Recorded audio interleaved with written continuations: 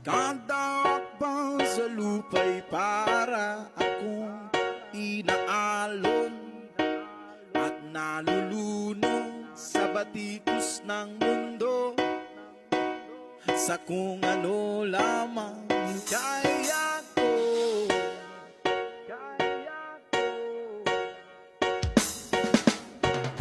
Bigang-biga na sa mga problemang di masolusyonan agad, parang wala nang bukas. Pwede bang umiwas?